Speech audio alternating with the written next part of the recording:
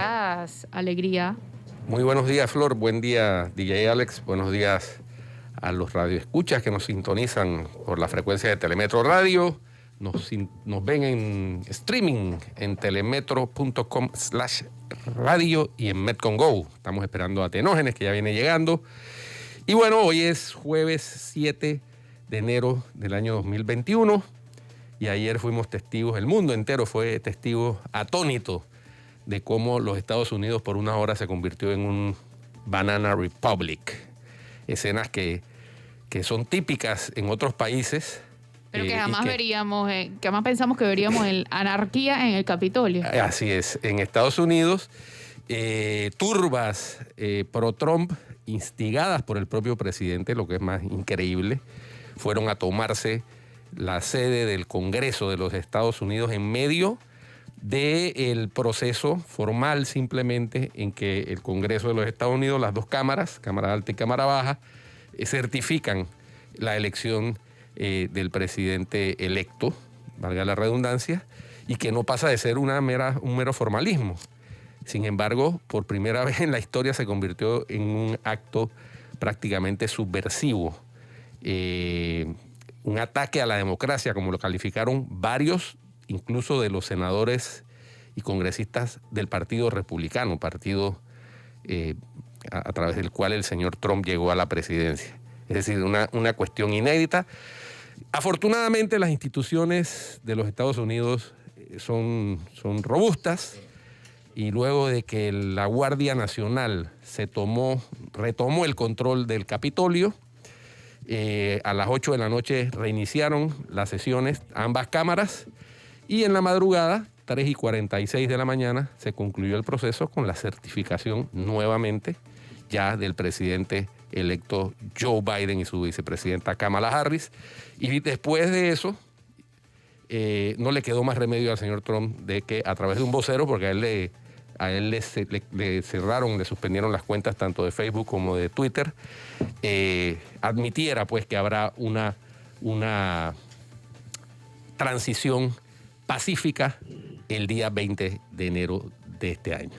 Ese es el tipo de episodios que se dan cuando no se defiende la democracia todos los días, porque la democracia no es inamovible, la democracia se va trabajando y se va defendiendo a diario, y esas son las cosas que pasan cuando no se defiende la democracia, cuando reina la violencia, cuando reina el populismo, cuando reinan los discursos de odio.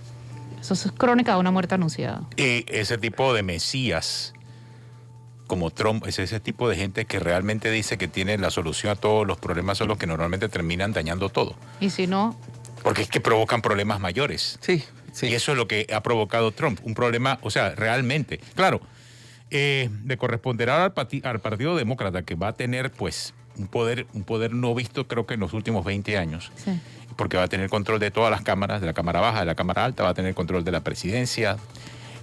Creo que tiene el Partido Demócrata la gran responsabilidad ahora y hay muchas figuras jóvenes, por ejemplo, en el Partido Demócrata, que creo que pueden hacer la diferencia. No estamos hablando del presidente de Estados Unidos, pero el presidente de Estados Unidos que viene ahora, Joe Biden, es una persona moderada, o sea, muy distante de lo que es el señor Trump, y que en su antecedente histórico de trabajo también es una persona honesta y que ha dado muestras de un patriotismo especial dentro de Estados Unidos. Y creo que puede ser que Estados Unidos entre ahora en una nueva era de entendimiento también de lo que pasó, porque tienen que analizar lo que pasó. Lo que ya vimos fue como el final de una era de furia y de rabia, pero ellos se sentarán y analizarán lo que ocurrió para no volver a caer en un error como este. Yo creo que Atenógenes, que al escuchar las posiciones de los congresistas anoche, tanto republicanos como demócratas, sí, con contadísimas excepciones,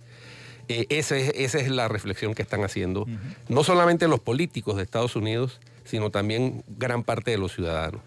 Es decir, se dieron cuenta a las malas, mediante un tratamiento de shock, si se quiere, de que su democracia no es invulnerable. Y que está en como juego. dijo Flor, es débil en la medida en que no se defienda, y es susceptible de fraccionarse en la medida en que no se internalice en cada uno de ellos el sistema democrático que tiene, es el sistema democrático más antiguo del planeta, ¿no? Occidental, tal como lo conocemos, el sistema republicano, y más fuerte, evidentemente, porque a pesar del embate desde las entrañas del propio Ejecutivo, resistió, pero la alarma cundió por todo el mundo. Y ese mensaje que acabas de transmitir va para aquellos que dicen, mira, que eso parece una república bananera. Sí, el acto en sí es de lo que los propios norteamericanos critican del resto del mundo, de las prácticas de política bananera. Pero, ojo, si eso hubiese pasado en un país como los nuestros, o sea, no tendríamos instituciones que soporten este tipo de problemas. Así en es. el caso de Estados Unidos, la importancia de la institucionalidad demuestra que gracias a esas instituciones se pueden soportar ese tipo de problemas. En nuestros países, lamentablemente, por la falta de institucionalidad, no tenemos salidas o válvulas de escape para solucionar esos problemas. Y ese es lo triste, porque muchas veces las soluciones terminan siendo violentas en nuestros países, cuando hay o debe haber válvulas de escape o de salida democrática a los problemas. Quizás en el caso de América Latina, Perú ha demostrado que ha encontrado esas válvulas de escape. Ok, hablan de la inestabilidad política que reina en Perú, es cierto, pero tiene esas válvulas de escape democráticas para no entrarse a tiros. Y es importante eso en el caso de América Latina. En el caso de Panamá ya vemos cómo están nuestras instituciones, y esa es la crítica. No queremos llegar a extremos como el que hemos visto en Estados Unidos. O sea, aquí nosotros tenemos una toma de la Asamblea. Para no llegar a eso hay que fortalecer las instituciones. ¿Y cómo se fortalecen las instituciones? Vamos a hablar de ese tema, porque se fortalecen con rendición de cuentas. Con Con transparencia. Así con es. historia. Y con ejercicio de los derechos por parte de los ciudadanos, que son parte esencial de la democracia. Ejercicio respetuoso de los derechos de los ciudadanos. No eso bochornoso que vimos ayer. Eso no debe pasar en ningún país civilizado del mundo. Bueno, y funcionarios que respeten esas mismas instituciones. Porque aquí, lamentablemente, muchas veces cuestionamos a la Corte, cuestionamos a la Asamblea, cuestionamos a la Presidencia, cuestionamos a todos los órganos del Estado, pero eso está compuesto por hombres que muchas veces ni siquiera sabían que pasaron por esos puestos importantes, y algunos pasaron por allí, pero ellos pasaron por encima del puesto. Del puesto no les quedó nada, no hicieron nada en función de mejorar ni la imagen ni la reputación.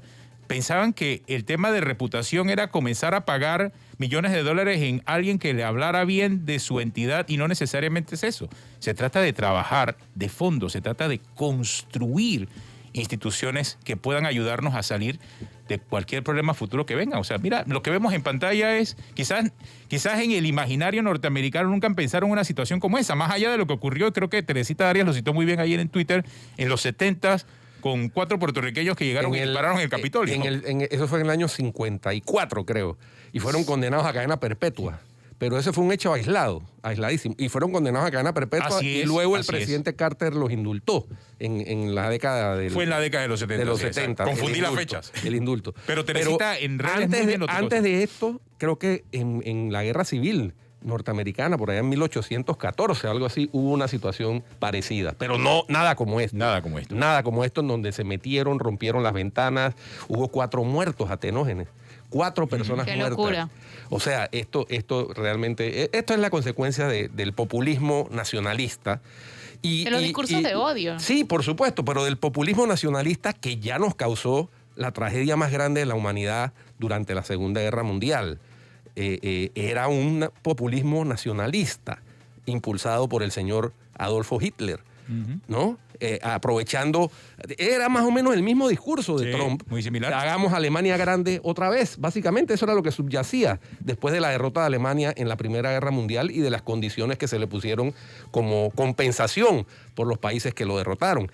Y entonces llegó este señor con un discurso nacionalista populista, y ahí vimos las consecuencias, ¿no?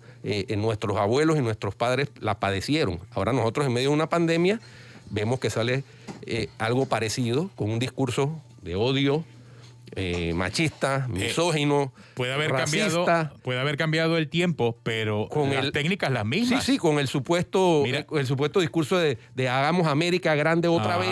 Sí, ese. Y lo que hicieron fue empequeñecerla a niveles como ellos mismos. O sea, el expresidente George Bush, hijo, citó lo de la República Bananera, ¿no? Y otros políticos ayer en el Senado, exactamente el mismo mensaje, que era increíble que Estados Unidos, se hubiera convertido por horas en una república bananera con una actuación de estos seguidores de Trump tan lamentable. Pero además, aupados por el presidente, lo que es peor todavía. Sí, pasando a Panamá, veo que siguen las quejas de las personas que han tenido que ir a la farmacia o fuera a la hora de su cédula o el día que no les corresponde salir. O sin género, o sin cédula. O sea, en la farmacia lo primero que te piden es el número de cédula que termina. yo me estoy muriendo. No, tiene que esperar a la cédula. Tienes que, a mí me pasó ayer. Está pasando, mira, te pasó. A mí me pasó ayer. Te pasó. Yo soy 9 y tenía solamente 1 hora y media, hasta las 10:30 para hacer 84 vueltas y no logré hacer todas y tocó que esperar a pedirle a alguien que entrara, que me hiciera el favor, o sea, un desastre, es salud. Cuando era salud, exactamente, no ibas al casino, es pero verdad. Yo realmente no entiendo dónde está el sentido común en estas decisiones. Y lo más preocupante no es que cometan errores, lo preocupante es que se los digan y no les importe, no cambien las cosas. Mire, lo mismo aplica con los niños. Yo lo digo todos los días de mi vida. Los niños tienen que poder salir. Nosotros tenemos que poder salir a hacer ejercicios. Lo decía Anastasia Drojan esta mañana en el noticiero, ¿verdad? Así la es. doctora Drojan. Mira, Anastasia fue muy clara esta mañana, con un ángulo realmente que no estamos viendo a nivel de las autoridades de salud. Salud o sea, mental. Aquí se trata de pensar en función de la transmisión del virus, que hay lugares en donde la transmisión del virus es distinta, evidentemente. Entonces, esas decisiones, estas restricciones deben ir en función de esos lugares. Está pasando inclusive en otros países. Cuando revisamos lo que hizo Nueva Zelanda, lo que hizo Uruguay, más allá de la cantidad de pruebas, esa trazabilidad te lleva al objetivo de encontrar, bueno, ¿dónde están esos lugares de mayor transmisibilidad? Y allí entonces atacar, allí restringir, pero hay lugares que realmente no necesitan en este momento medidas tan estrictas, pero son decisiones simétricas para un problema asimétrico. Este virus no se comporta igual a nivel de todos los corregimientos ni de todos los distritos. Es que es mucho más fácil. Claro, no piensas en eso. Pero hay que pensar, hay que meterle un poco de cerebro al asunto. ¿Cómo vas a prohibir a la gente hacer ejercicio, sacar a los niños? Oye, de verdad la salud mental está en juego. Yo los invito a que vean a su alrededor, a las personas que nos escuchan, yo los invito a que vean a su alrededor un ejercicio interno, ni siquiera tienen que expresarlo ni exteriorizarlo. ¿Cuánta gente que conocen no ven que está muy afectada? Todos tenemos al menos a una persona cercana que está muy afectada. Todos la tenemos. Y si no, no estamos viendo bien. Entonces yo no entiendo, si no lo saben hacer mejor. O sea, no existe un solo país en el mundo que haya prohibido lo que estamos prohibiendo nosotros. Nadie. Sí, Ni uno solo. Tienen que meterle sentido común. Si no lo saben hacer bien, cópiense. Flor, es que todo comienza con la base. Es decir, tú no puedes pretender establecer actividades esenciales sin considerar todas las actividades esenciales. Exacto. Como excepción. No es solamente la compra de comida, que está muy bien, pero también hay actividades esenciales que no soportan restricciones ni de horario ni de género, como son lo que bien tú anotas, la compra de medicamentos o de insumos médicos en medio de una pandemia. Eso debía estar sin restricción de horario ni de género. Porque la persona no le puede decir a su organismo, espérate a mañana y a las 4 de la tarde, que es tu género y tu hora de salida. La persona que necesita una medicina la necesita inmediatamente, ¿no? Lo del ejercicio al aire libre, en todos los países donde ha habido cuarentena, se ha permitido por lo menos 1 hora. En los que menos se ha permitido, 1 hora. Aquí ni siquiera eso. O sea, aquí dice, sí, pero puedes hacerlo en tu hora de salida. Pero están matando a la ciudadanía. Pero y es que entonces tienes que... No puedes ir a hacer ejercicio. Entonces, es que no alcanza el tiempo. Entonces tienes que escoger tienes que entre o abastecerme o ir a comprar medicina o a salir a hacer ejercicio. No, un momento. Esta vuelta no nos permiten salir en ejercicios ni a la hora de la cosa, si no, no Bueno, fuera cerrado el Parque Omar. Entonces Peor peor todavía. Eso es lo que dice la doctora Anastasia Drojan. O sea, Dice cierra que las solo para áreas, compras. Tu salida cierra es las solo para áreas compras. que te permiten casualmente airearte, porque Así es que es. tú Claro. necesitas airearte. Y que está comprobado científicamente que no son foco de contagio. Así es que es. aquí los del estudios COVID. no funcionan. Es decir, está comprobado que el ejercicio al aire libre, y más si se hace con mascarilla, como se requiere hacer aquí en Panamá, no produce, o sea, es bajísima la carga viral que eventualmente pudiera capturar a alguien que le pasó corriendo al lado, que no sé qué. Mira, Entonces no es un puede- foco de contagio. Bueno, ¿sabes qué? ¿Quieren hacer algo? Pero Hagan que los ejercicios se puedan hacer, pero individual. Que no hayan grupos de 6 mujeres echando cuentos mientras caminan. Ese tipo de cosas Claro, yo se las controla, entendería. se controla. Pero se busca la manera. Uno no puede decir sí o no. Uno tiene que tener un poquito más de visión Ahora, y de sentido común para determinar que hay grises, que no todo es blanco y negro. Están Así matando es. Ahora- a la ciudadanía mentalmente. ahora, otra cosa, Atenor, en relación con lo que apuntabas de la trazabilidad y de descifrar y encontrar dónde están los focos de contagio. Cuando se toman estas medidas tan radicales, lo que evidencia es que no hay la menor idea de cuáles son los focos de contagio.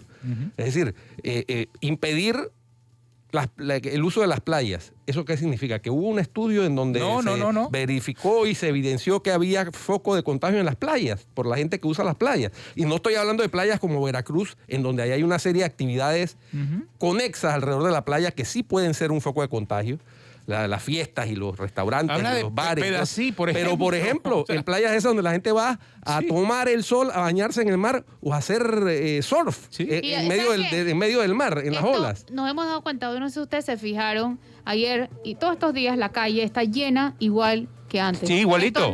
Esto no está bien. Y ¿sabes qué? Cuando hay medidas así, arbitrarias, discrecionales, selectivas, sin sentido común, lo único que hace la gente es empujar hacia la ilegalidad. El gobierno nos está empujando hacia la ilegalidad. Porque Es que- la gente no puede sobrevivir mira de aquí, otra manera. Aquí lo que me escriben, oye, yo tengo una bicicleta, voy solo a hacer ejercicio y no me permiten hacer ejercicio solo. O sea, si estás solo en tu bicicleta, si no hay más nadie, o sea, ¿dónde está el peligro de contagio allí? Nada, el peligro cero. de contagio está donde está la aglomeración. Cero, exactamente. Y hay puntos específicos donde esa aglomeración es propicia. Bueno, hay que trabajar allí. Exactamente. Hay que trabajar allí. Y casualmente Hay densidades de población bien claramente identificadas aquí. Es allí donde está el contagio. se ha establecido por el sentido común, porque en vista de que las autoridades no pareciera que no lo han establecido, entonces el señor sentido común, que el transporte público, el metro, las aglomeraciones que se forman en los supermercados, ¿no? Evidentemente, las aglomeraciones en lugares cerrados como los casinos, que bueno, en esta ocasión decidieron cerrarlos, pero cuando había todavía actividades al aire libre cerradas, los casinos estuvieron abiertos. Increíblemente. Esa sí es inexplicable. Mira, yo te voy a decir O sea, una cosa. Yo pienso que no había de otra que confinarnos en este momento. Pero no había de otra después de improvisar todo lo que improvisaron. No había de otra después de hacer todas las leyes selectivas que hicieron. Por eso no nos quedó de otra. Porque Tendremos, Flor, que esperar los resultados al final de este encierro, si es que no se prorroga. Bueno, yo pienso que el viernes 15... Yo con también toda seguridad pienso nos van igual, a- lamentablemente, porque es que nos ayer van a viste, encerrar No me ayer queda viste la los menor números. duda. fin de semana. Ayer viste los números, más de 5.000 casos Sí, Sí, pero tampoco, registrados. pero las pruebas llevaban Pero- casi 20. casi o sea, que 20.000 llegamos a pruebas. 20.000 pruebas. 19.830 pruebas. Pero O sea, cuando vemos estos números, estamos dándonos cuenta que hay un nivel alto de positividad, obviamente, pero ese nivel alto de positividad que transmiten los números no es igual para todo el mundo, No es igual. señores. O sea, yo creo que el resultado sería mucho más efectivo si te enfocas en las áreas donde ya sabes que hay problemas de aglomeración, que hay problemas de hacinamiento. Allí está el problema. Allí es donde tenemos que actuar con mayor urgencia y severidad. A esa gente es la que hay que apoyar de manera efectiva, llevarle comida y alimento porque están en cuarentena. Si Mira, tenemos recursos limitados, llévala a ellos. Sí, que ese- Ellos son los que necesitan. esa es otra atenógena. Claro. Si las personas están contagiadas en su casa y están en cuarentena y tienen que salir porque no hay quien les suministre el sustento diario y tienen que salir a comprar o a buscar con qué primero ganarse un dinero para comprar y luego a comprar, pues son focos de contagio y dispersan el contagio. Eso no hay que ser un genio graduado en Harvard ni en MIT para darse cuenta de eso. Si el gobierno no lo puede resolver, la gente se tiene que resolver. No lo puedes dar palo por tratar de resolver. Exactamente. Entonces, además, ya no somos solo los ciudadanos quejándonos. Oye, aquí hay doctores más calificados que los que están ahí adentro. Más calificados que los que están tomando las decisiones. ¿Por qué no los escuchan? Nadie está pidiendo cogobernar, nadie está pidiendo... Porque se ponen ciegos. Sí, es el momento de sumar diferentes experiencias. Esta mañana entrevistaba a Guillermo Chapman. Está clarito, que tiene toda la experiencia del mundo a nivel económico. Él está aconsejando específicamente. Y miren, coincidió el señor Guillermo Chapman con lo que decía Anastasia Drojan. Esto es un tema geográfico, ni siquiera de categoría, señores.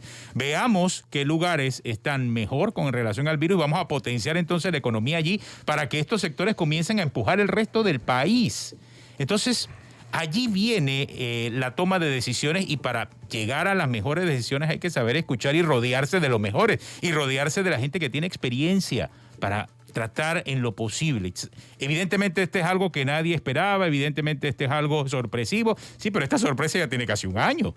Ya debimos haber aprendido algo. El mundo ha aprendido mucho de la enfermedad en este año. Es más, ya hasta tenemos las vacunas disponibles. Entonces, ¿por qué seguimos estrellándonos con la misma piedra?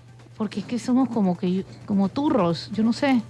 Sí, de verdad, es una cosa no hay pareciera no haber capacidad de aprendizaje. A veces pienso es decir, aplicar la misma fórmula una y otra vez, a pesar de que está fallida. O sea, ¿no hay capacidad de aprendizaje o no hay capacidad?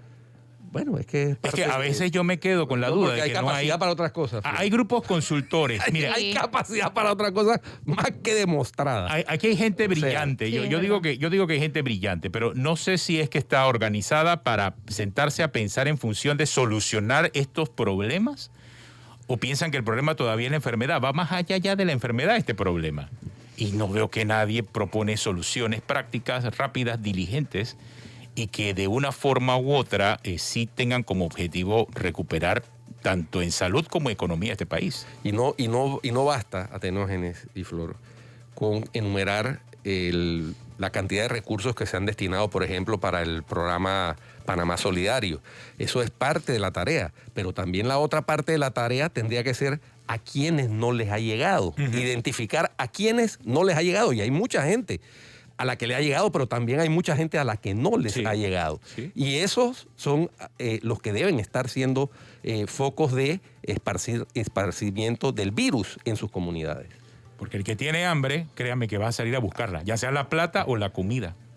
Así de simple. Y no le importa si tiene COVID o no tiene COVID, o sea, ese va a salir a buscarla. Tenemos una pausa, al regresar vamos a hablar con Olga Dovaldía, vamos a hablar de los temas de institucionalidad que necesita este país. En unos minutos, aquí en Cuarto Poder.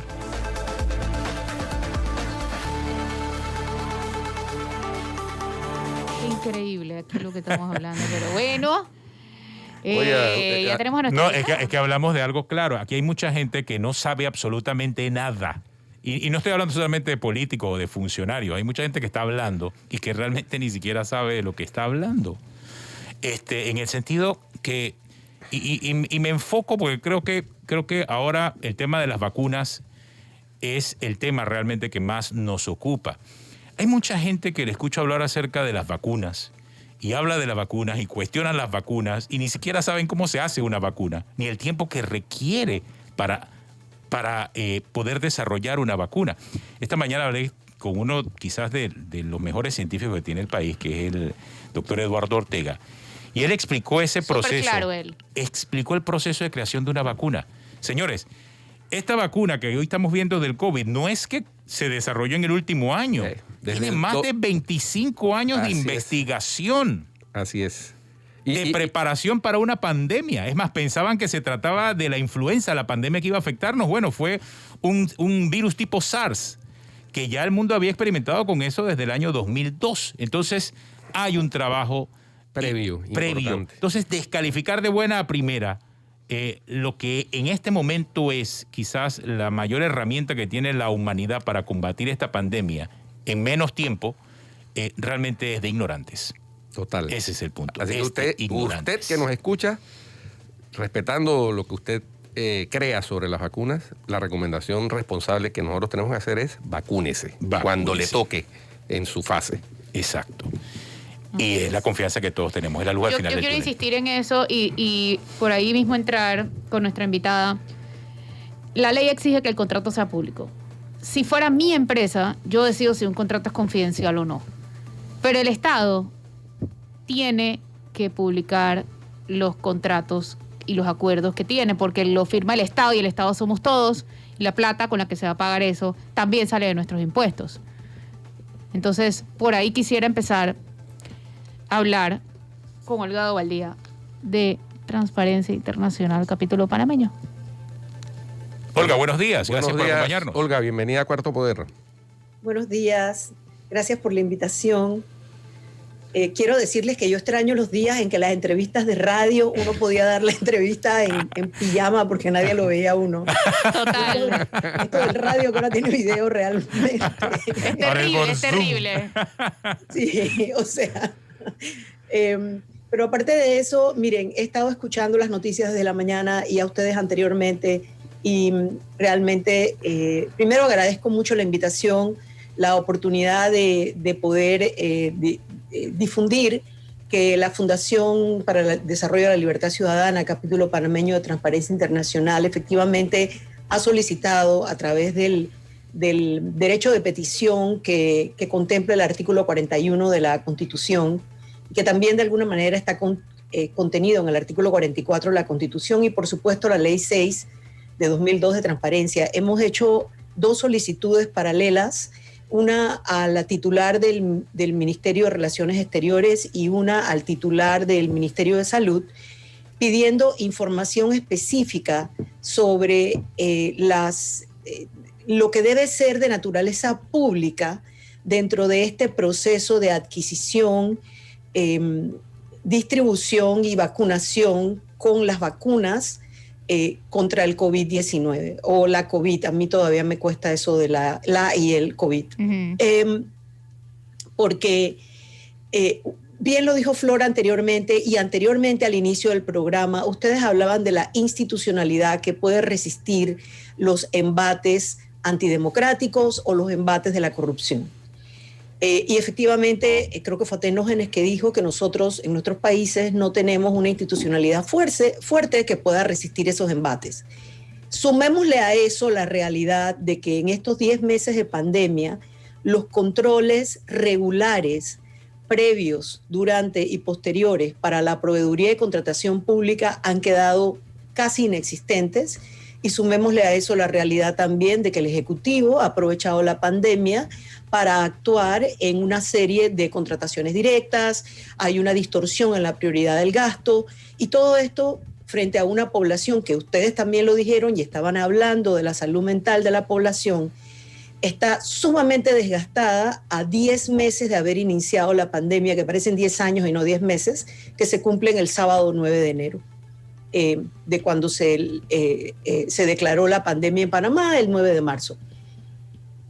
¿Cómo vamos a pedirle a la población que espere ordenadamente el proceso de vacunación si no hay procesos transparentes que realmente puedan reconstruir algo de la confianza ciudadana en este tema tan importante de las vacunas, que parece ser el primer paso no solo a la recuperación sanitaria, sino también a la recuperación económica? Porque sin recurso humano no puede haber recuperación económica. Entonces, la razón que hay detrás de nuestra petición es poder generar o apoyar el proceso social de esperar la vacuna con la confianza de que los procesos se están haciendo como deben. Olga, en relación con eso y específicamente con el contrato del primero, porque van a ser varios contratos, por ahora se conoce del primero, que es con la empresa farmacéutica Pfizer-BioNTech para la adquisición de esas primeras 450,000 dosis. En todos los países, yo estuve revisando, en todos los países hay, en unos más, en unos menos, algo de divulgación de las cláusulas, por lo menos previas del contrato. Por ejemplo, en Perú hubo un pliego de condiciones previo que en la época del presidente Vizcarra, que parece que habláramos hace muchos años, pero fue hace unos meses, septiembre, y ahí se establecía también una serie de cláusulas, digámoslo así, o acuerdo de confidencialidad de algunos aspectos del contrato. Eso parece ser normal en este tipo de transacciones con empresas transnacionales o multinacionales de cierta magnitud en diferentes aspectos. La ley de transparencia contempla algo relacionado con secretos comerciales o temas de seguridad nacional, pero nada relacionado con temas de salud pública. Es decir, desde el punto de vista formal nuestro, ese contrato debiera ser de carácter público y conocido por todos. Por supuesto que sí. Entonces, así es. Nosotros en nuestra petición somos bastante claros. La petición está en nuestro sitio web, que es libertadciudadana.org, www.libertadciudadana.org.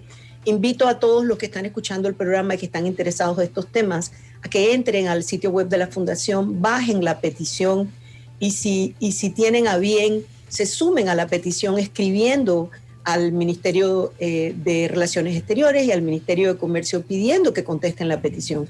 Porque nosotros no estamos pidiendo si una de las cláusulas, Guido, tú que eres abogado de verdad, no como yo que he dedicado mi vida de abogada a temas un poco más etéreos. ¿Cómo se llaman los contratos que se suscriben con los bancos y las aseguradoras, por ejemplo? Son contratos de adhesión. Creo que el término legal es contratos de aleación. De adhesión. Contratos de adhesión, que son contratos tipos en los que uno firma o no firma. Uno no puede objetar las cláusulas. Sí, en este tema de las vacunas, en este tema de la adquisición de las vacunas, hay varios temas legales que están traslapados uno sobre otro. Nosotros en la petición le estamos pidiendo que nos digan quiénes son los interlocutores, ya sean estados, empresas o instituciones, porque en algunos casos son instituciones, inclusive académicas, como es el caso de la vacuna que se está produciendo en Inglaterra.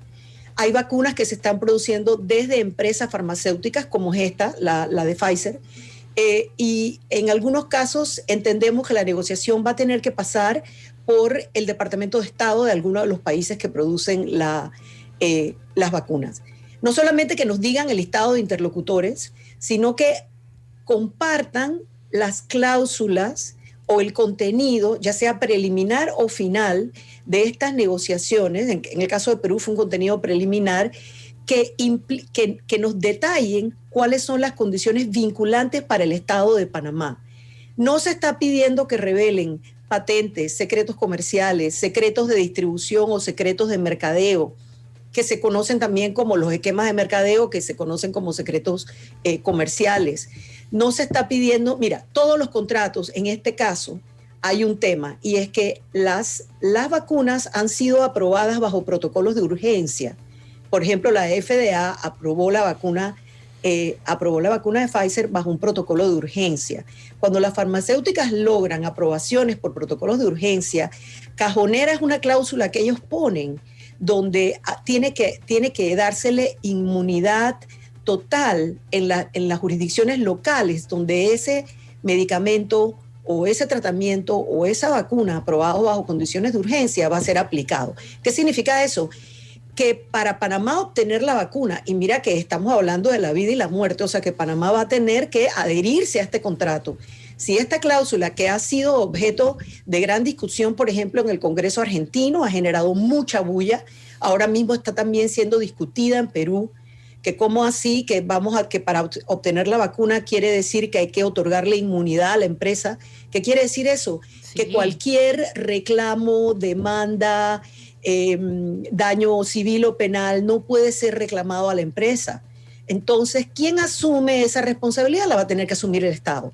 Entonces, todas esas son condiciones que deben ser conocidas, pero sobre todo, ¿a qué se está obligando Panamá en el contrato? Claro, ¿y qué incluye? ¿Y qué incluye también el costo? O sea, sabemos, claro, bueno, si dividimos el total del pagado entre las vacunas que dijeron que iban a traer, sale 13.30. ¿Pero qué incluye eso? ¿Incluye la seguridad de la vacuna? ¿Incluye el transporte? ¿Incluye qué? Sí, además nosotros pedimos, en realidad hicimos Hicimos 3 bloques de preguntas en 3 temas que tienen que ver con transparencia pública y ética pública. Y quiero hacer un paréntesis porque acabo de tener un flashback, que son las cosas con el Estado y nuevamente la institucionalidad. En el 2018 nosotros organizamos una conferencia sobre ética pública con el Centro de Estudios de la Procuraduría de la Administración, allá en Ancón, y trajimos a un experto en ética pública colombiano que se llama Andrés Hernández, que es un crack, y trajo una presentación y una explicación espectacular. Invitamos a todos los ministros, invitamos a todos los directores, a todos los jefes, invitamos a los 3 órganos, y el único funcionario de mando y jurisdicción que se presentó a la conferencia de ética pública, además de la gente de mandos medios y gente que mandaron de los puestos más, digamos, con menos poder de decisión en las instituciones, fue Guido Rodríguez.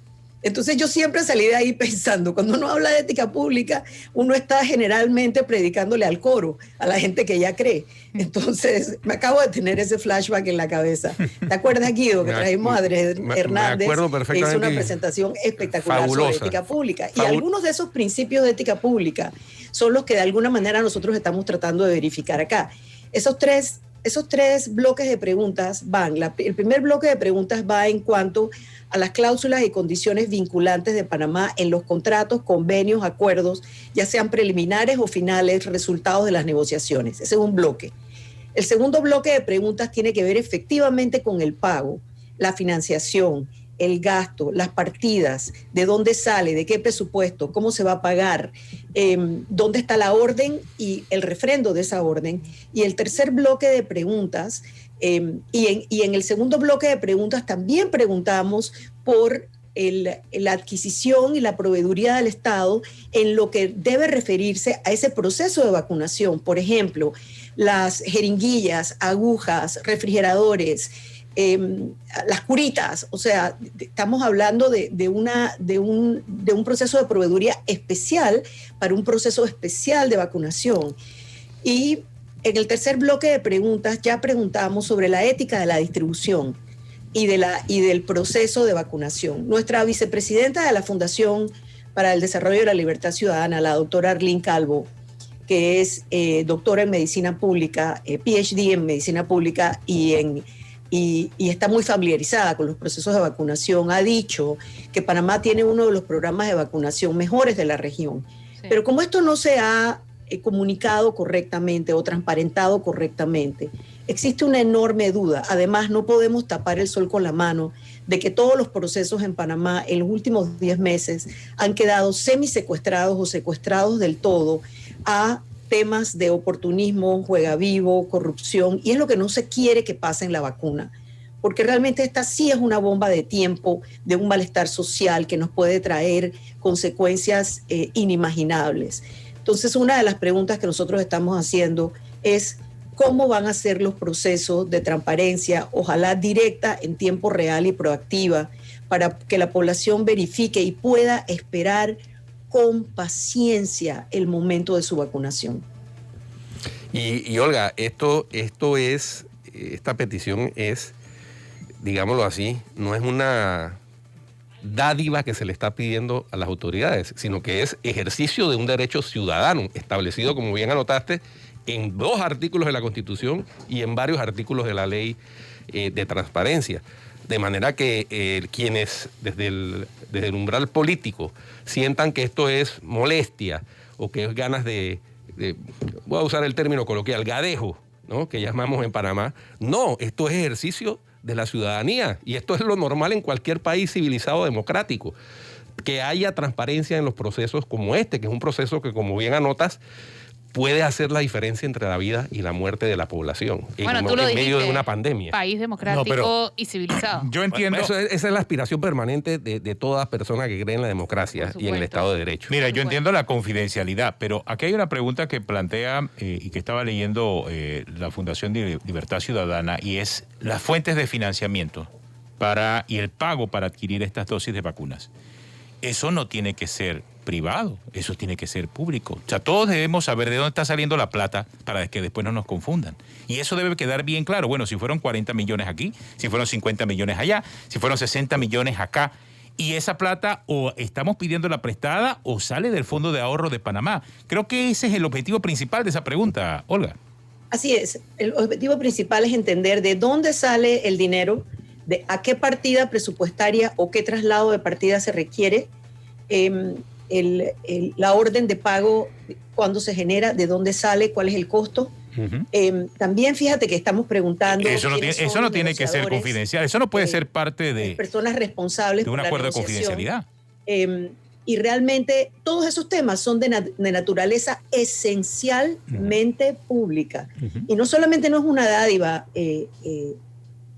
Guido, también hay instrumentos internacionales que hoy día, como parte de la libertad de expresión, como parte de la esencia de la libertad de expresión, una libertad fundamental, se suma a esa libertad de expresión el derecho de petición de la información de acceso público. Entonces, efectivamente, la ley de transparencia tiene, por ejemplo, algunas limitaciones en cuanto a negociaciones. Entonces, no estamos preguntando que nos digan detalles de la negociación, estamos preguntando que nos digan los resultados, porque los resultados son de naturaleza pública. No estamos pidiendo los secretos comerciales, estamos pidiendo las cláusulas a las que Panamá se está comprometiendo y que van a ser vinculantes para Panamá. Eso es de naturaleza pública. Si nos tienen que dar el contrato, como se dice en inglés, redacted, o con cláusulas tachadas, bueno, que venga con cláusulas tachadas. Si al final del día lo que necesitamos saber es a qué se obliga el país y también cómo va a ser el proceso en el país, porque también ustedes lo comentaron en los primeros 15 minutos del programa, es sobre la profunda y difícil situación que está viviendo hoy día, según las cifras al cierre del año, el 55% de la población del país que está en total informalidad. Esa profunda inequidad de nuestro sistema económico, esa profunda división social que hay en Panamá, se puede profundizar aún más con el proceso de vacunación si el mismo no responde a una lógica de ética pública. Y eso es algo que nosotros estamos preguntando, porque sentimos además que con nuestra pregunta, con nuestra petición, nosotros no la vemos, me gustó eso de Gadejo, pero también mi papá siempre habla de fregar con J. No la estamos haciendo para fregar con J, estamos haciéndola porque sentimos que esa transparencia proactiva puede ayudar a las propias autoridades a tener mayor legitimidad en sus acciones y que la población pueda con calma esperar, porque no hay estamento de seguridad que pueda controlar por más números por más personas que estén dentro de los estamentos de seguridad, por más dinero que le paguen en sus salarios. Esta noticia de que se gastaron $21 millones en alojamientos de hotel para los estamentos de seguridad. Pero sin que tengamos mayor detalle. Que no entiendo todavía, o sea, a mí se me atoró el café y todavía sigue atorado con esa cifra. Sí. Frente a los insumos de primera necesidad del personal médico, los salarios del personal médico, los tiempos de vacación y descanso que necesita el personal médico para poder tener la salud mental para seguir haciendo lo que están haciendo por todo el resto del país. Sí. O sea, no importa cuánto tú digas que la policía va a ser la que va a poner el orden. Si la población no coopera, no hay un número de policías suficiente para poder detener la población.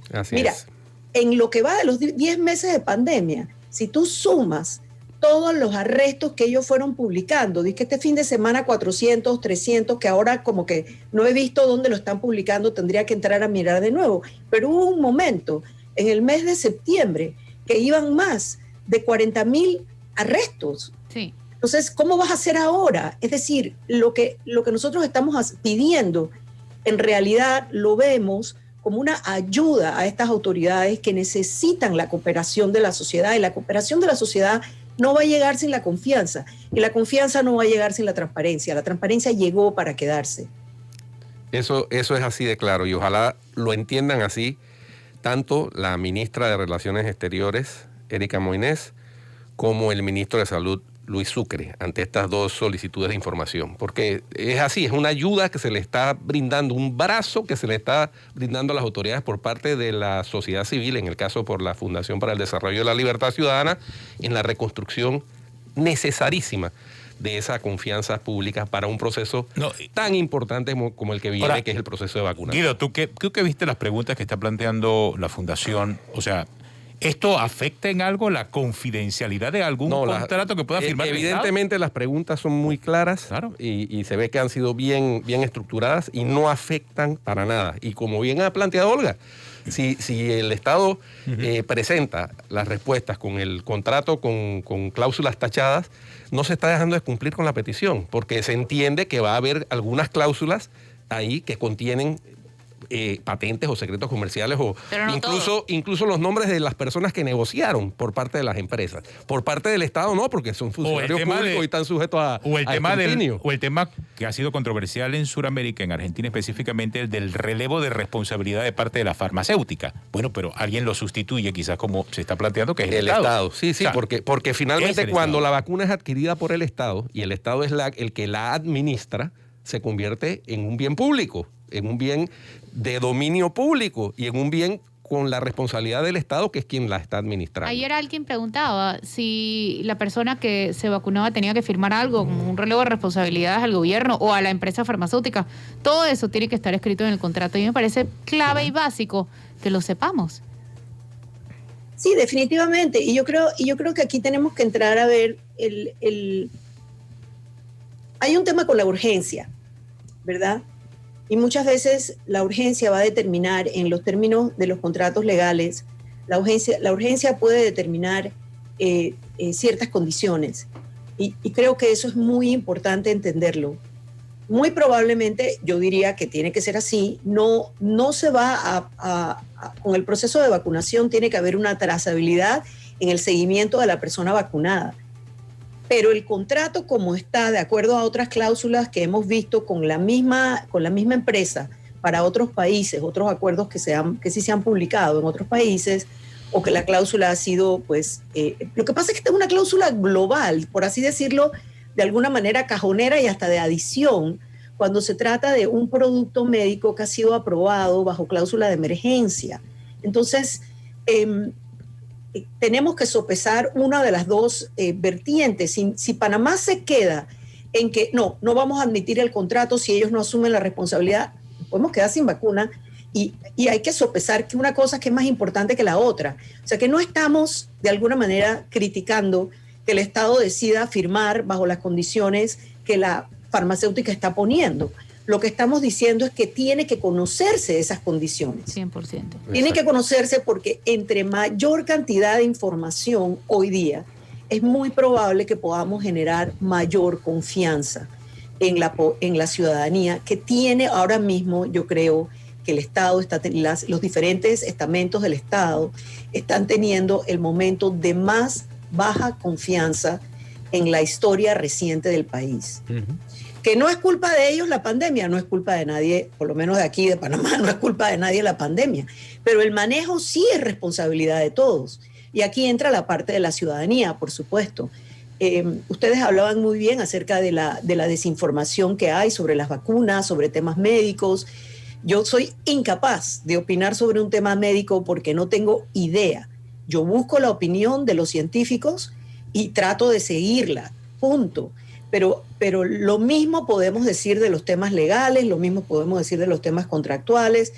Yo felicito a la ministra por haber salido a explicar en un momento que había un grave morbo y rumor en la sociedad.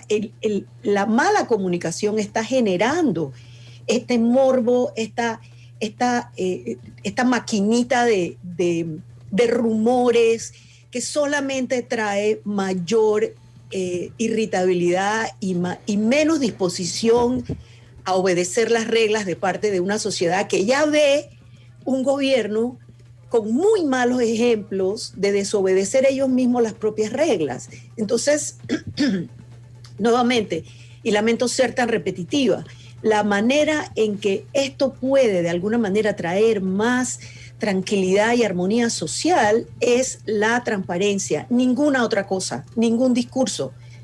Mira, el gasto en relaciones públicas, si suman los contratos de contrataciones directas del Ministerio de la Presidencia para comunicación, suman más de $5 millones.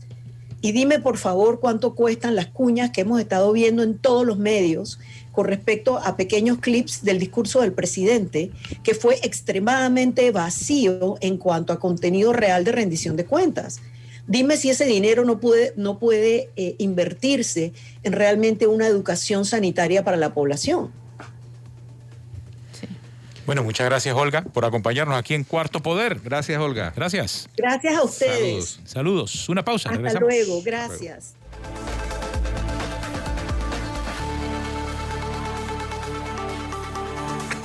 Continuamos ya aquí en la parte final de Cuarto Poder.